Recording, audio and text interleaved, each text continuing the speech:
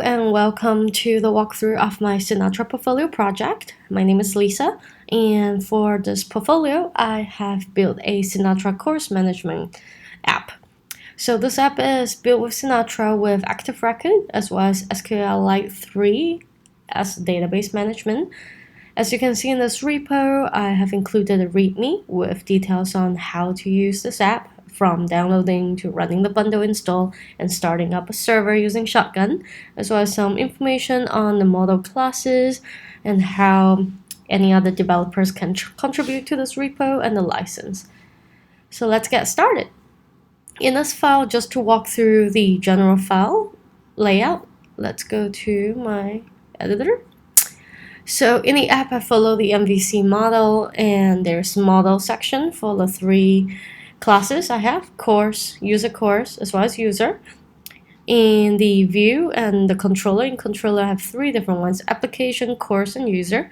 And finally, views are divided between courses and users. So the goal for the app is for any online education institutions such as Flatiron, they can use this backend, which includes a web interface for users to create their user account, log in, and finally start creating courses or enroll to different courses. So let's start with bundle install, which in my case, most of it is installed, so it's completed. And then the user can start with Shotgun to start up a server. We'll have that here. I have named my app Online Course Management, and you can see when you just start, it's a fresh start with no login status or state. And to start, we can sign up as a new user or to log in. Let's try signing up.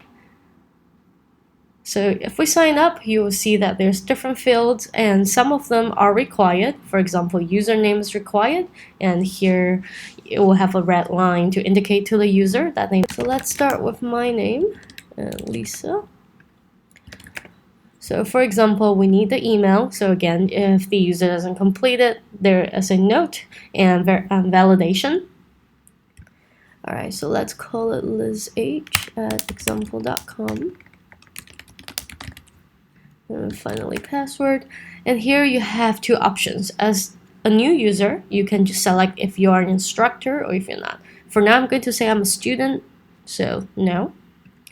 And then click create user. So once this user account is created, you are immediately signed in to view the course index page. In the course index page, you can find all of the different courses available, and on the bottom, you can see what courses you're currently enrolled in. Since I'm a brand new user, I should have no enrolled classes, which is correct. So let's go back. For example, I like to sign up for progressive web apps. So as a student, I can select a individual course and look at the show page or the individual course page. And from here, you see some description, difficulty level, the icon, and I can request to enroll in course. I am interested in PWA. And as a student, I can request for this course enrollment. And once it's complete, you see that there's a status. My status is now in pending. So I can view the courses I'm currently enrolled in here. Yeah, so there's progressive web apps and there's enrollment status. And I have included, you can click back into the course, or I've actually included a link where you can update your enrollment as a student. And this is for elements when if you are currently pending, you can choose to change or update your note, update request, as well as cancel your request if you're no longer interested in the classes. All right, so let's go back to courses. I'm just gonna sign up for another one so that we have some data to work with. I've preceded my database with these sample data. In this case, let's see if Phoenix looks interesting. All right, so that's my role as a user who is a student. And as you can see, I'm unable to edit any of the course information. And when I sign up for something, there's using rec flash. I have showed validation messages to indicate to the user that they have successfully registered for the course, in addition to obviously rendering different items or different statuses on the page. So now if we go back to courses, which is your dashboard or your initial course index page, and if you go to your enrolled courses, you should see two courses we have signed up for, Progressive Web App as well as Phoenix, and I can update my enrollment. And I can either update this request, please let me in. I can update the request, which will reflect. So now if we go back into update my enrollment, you'll see that the note has been updated. Please let me in. And I can also cancel this course request. So if I click cancel request, that course will be removed from my enrollment. Perfect. So at the same time, you can also view other users, and this leads to the users index page. So you can see here there's different instructor profiles as well as student profiles. I was one of the dummy data, so this is actually mine. And in some cases, you would have similar generic names, so I have allowed for that. As you can see, when we were signing up for an account, full name was not required, email was required, but biography can also be updated. So when it's my account, I can update account information and actually add a biography. I am learning Ruby. When it is just biography or email field, I'm able to simply update the account. In this case, it's updated. And if I would like to update my password, let's see, if I would like to update it, I will actually need to provide both current password and new password.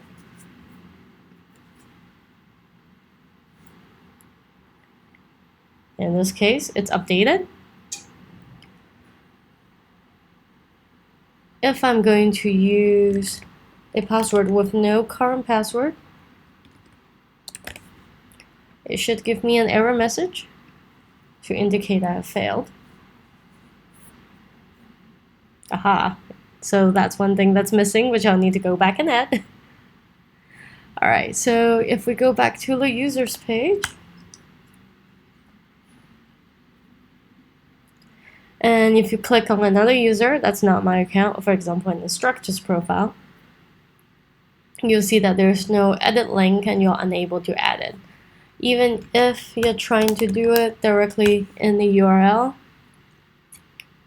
you'll still be unable to access that user's edit page. Alright, so that's as a user who is a student. And now when you log out, you'll see back in the login page where there's a status saying you have logged out successfully. And you can go back to home page if you like to sign up as a new user or simply log in here. So here we're going to sign in as an instructor. So Mike is an instructor, and you'll see that his views will be slightly different. Initially, it's led to the course index page where he's able to view all of the courses currently available. Instead of enrollment, he can click for his own courses, the courses that he is teaching, as well as create any new courses. So let's start with viewing his course. When you click into it, you'll see that you're actually able to view the detail of it, click to edit, and you can update the student enrollment statuses. Remember, as students, once they register, it's initially pending. Well, Mike can actually update it to waitlist for Lisa Huang number 1, and the status will be reflected. So now if Mike as an instructor would like to edit the course details, he can go in here, change the icon, change the fundamentals name, change description. For example, let's say Hyperphone is easier. And let's make it intermediate, and we can update course.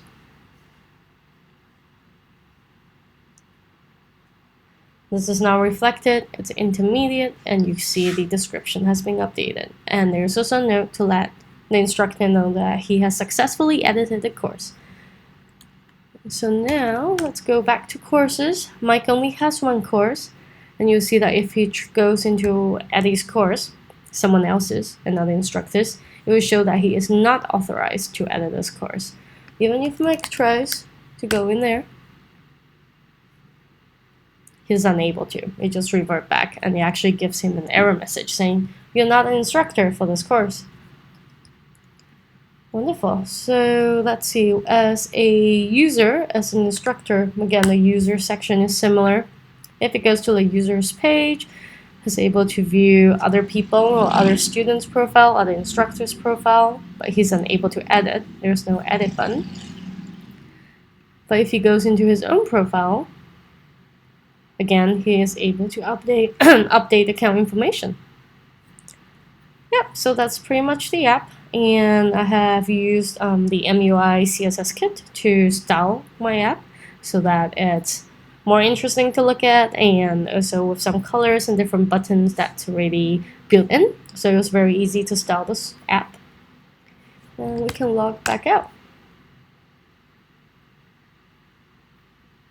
All right, thank you.